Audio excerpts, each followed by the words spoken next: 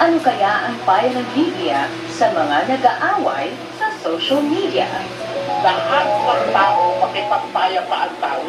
Huwag kayong mag-away na ang dapat mo ang gawin ipanalangin mo pa yun Ipanalangin nyo lahat ng tao, yung mga nasa matataas na kalagayan, ang mga hari, panalangin nyo, sabi ni San Pablo.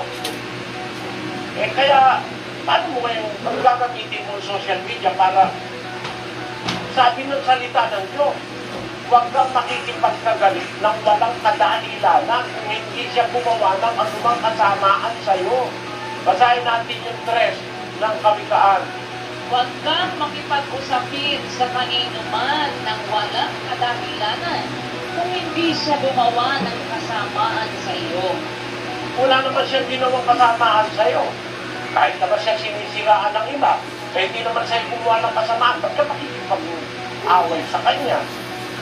Bawal sa atin yan, mga kapatid. We walk not by sight, but we walk by faith. Sabi ni Pablo. Ang ating concern, pananampalataya. 5:7, basahin mo sa English. For we walk by faith, not by sight. Ang dapat lakad natin, lakad ng pananampalataya, the common faith among us, the mutual faith among us, yun ang dapat.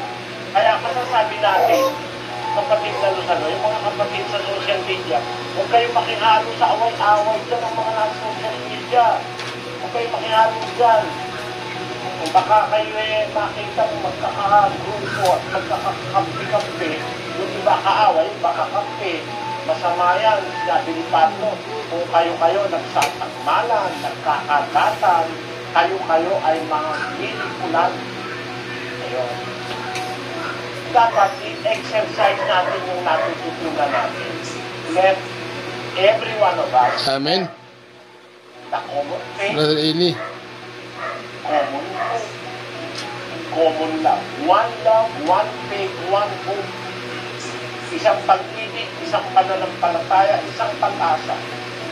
Yung tatlo na yan na dapat manatili sa iglesia, yan ang magsasama-sama sa atin para isang maging solid na institution of people who are called in the Bible as peculiar people. Mga taong nagsasama-sama lagi sa pagmamalasakit sa totoo, sa pagkasaluyod ng totoo, at sa pakikipaglaban alang-alang sa totoo.